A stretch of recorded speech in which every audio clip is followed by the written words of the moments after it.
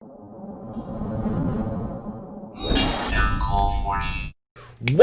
is up, YouTube? I'm for you. We have the brand new Datascape. This is actually interesting. So we've actually got two cards that I believe previously came for this, which were a rank 3 and a level 6 Synchro. So, Datascape Lady Rory. This is, in fact, a psychic tuner, so prepare your e-tellies. If this card is in your hand, you can target one Datascape card you control. You cannot special summon for the rest of this turn except for level 3 and rank 3 or higher monsters. Also send one Datascape card that is a different card type, monster, spell, or trap from your deck to the graveyard. And if you do special summon this card, then you can add one Datascape card with a different card type from the target and the card sent to the graveyard from your deck to your hand. Okay, so there's a lot going on here. So you basically have a Datascape monster on the field. You lock yourself into only being able to summon level 3 and rank 3 or higher for the rest of this turn. Okay, so that's a pretty hilarious restriction, but that's fine. And then you send a Datascape card. All right, monster, spell, trap card. So if you got the monster, you could send a trap, and then you can recur for a spell from your deck, or you can send the spell, search for the deck. So yes, you are going to get a lot of full deck thinning here. That's actually really good value. Man, this card is really good. Alright, so we've also got Datascape Savant Lao. Or Lao. Okay. If this card is in your hand, you can target one Datascape card you control. You cannot special summon for this turn except for level 3 and rank 3 or higher. Also, send one Datascape card that is a different type, monster, spell, trap card, from that card from deck to graveyard. If you do special summon this card and then special summon one Datascape monster with a different name than the card sent to the graveyard in defense mode, but its effects are negated, this one gives us recurability from the graveyard. Okay, so we get a Searcher, and we have our Reviver on a level 6. This is very interesting. I can see where this could go south very quick, though, in terms of like generated advantage and stuff that you're going to have to hold down here. This is Datascape Z. Zishi? I don't even like the art in this guy. Alright, so if this card is in your hand, target a Datascape card you control. You can special summon for this turn except level 3 or higher, blah, blah, blah. And then send a Datascape card with a different card type, monster, spell, trap card from your deck to the graveyard. And if you do special summon this card, during the end phase of this turn, you get to add a Datascape monster from your graveyard to your hand. More recursion. Also, this, I don't know how like good this is going to be, because this is actually slower. This is a Dark Souls-esque effect. Z is apparently a description of a mythical beast that's long or legless insect. Huh. Alright, well that's interesting. Alright, Lin. So this one is 1800. So if this card is in your hand, you can target one Datascape card you control. That's what some for this strength of level 3 or higher. Send a different type, monster, spell, trap card from deck to the graveyard. Do special summon this card. You can send a Datascape card with a different card type from the target, sent from your deck to the graveyard. I'm actually hoping that the spells and traps that we have will have better synergy for this. Outside of that, more recursion. Okay, so this whole archetype is self-recurability. You're just going to have to stick one on the field, and then you're going to have to climb up the ladder. Alright. Zhan? Is that what we're calling this one? Okay, so the synchros and stuff have to be really good.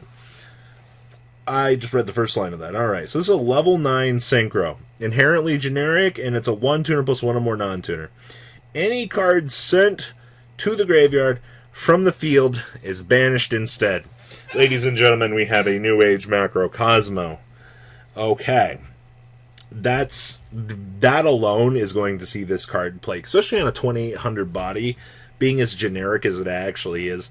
That's interesting. When a monster you control declares an attack, you can return one of either player's banished monsters to the graveyard. Alright, so I'm glad that we have a Psyframe recurability effect. During your main phase, except during the turn that this card was sent to the graveyard, banish 2 other monsters with different original type and attribute from your graveyard to special summon this card from your graveyard. On the scale of being a generic synchro, holy mother of pearl, man. Macrocosmo on legs from the field is going to be insane. People are going to eat that up. Like, literally, any kind of macrocosmo effects we can generate are good. The fact that we can toggle back or return banish is whatever. There will be some synergy there for other decks, don't get me wrong. And then during the main phase of like the next turn, if they out this, you just get to plop this back onto the field for essentially free for 2 monsters with different type and attributes. Most decks right now that are climbing ladders and things like that should have no problem bringing this back.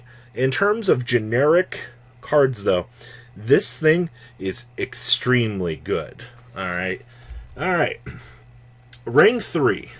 I want to call this Jaja. 2+ level 3 monsters. Thing's got 1,000 attack, 2,400 defense. Once per turn, you detach 1 material from this card. Target one face monster you control. It cannot be destroyed by battle till the end of the opponent's turn. I guess we can do this on itself, right? Also, I also see that that's not a quick effect. Once returned during damage after damage calculation, if this card bound an opponent's monster, and there are 2 or more monsters with the same original type and attribute in your graveyard, you can banish that opponent's monster. I'm not a real big fan of this card, as much as I want to be. It's a generic rank 3, and you can hold as many materials on it as you want. Also, it is a worm, which is kind of interesting. But outside of that, this card doesn't seem that impactful in the long run. Alright, rank 6 guy here. Feng Feng. 2+ level 6 monsters. Once per turn, you detach 2 materials from this card. Target 1 face-up card your opponent controls, and 1 card in either graveyard. Banish them. Okay, that's pretty good. If the Xyz summon card is destroyed by an opponent's attacking monster's attack, or an opponent's card effect, you can special summon 2 Datascape monsters with same original type and attribute from your deck. Alright, so to get this on the field, it at least self-replenishes itself when it's outed as an Xyz summon card.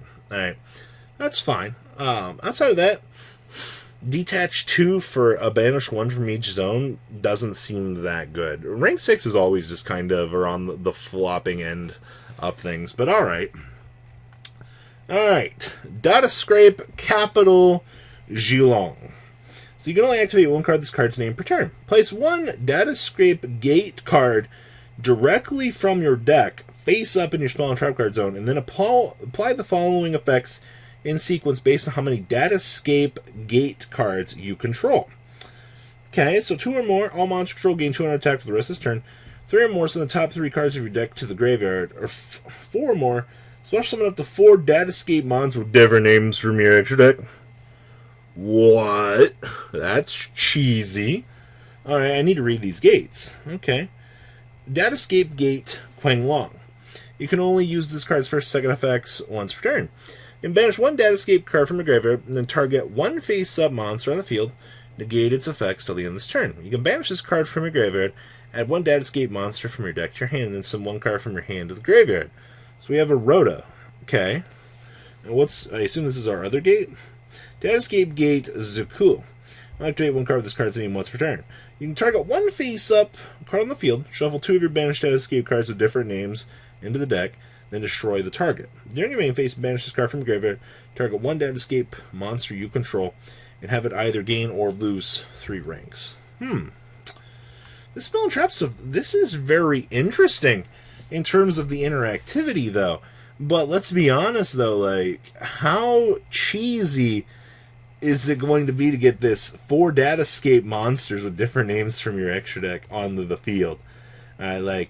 Especially if these are the only 2 gates that we're getting, you won't even be able to do this until, what, like, turn 2, turn 3?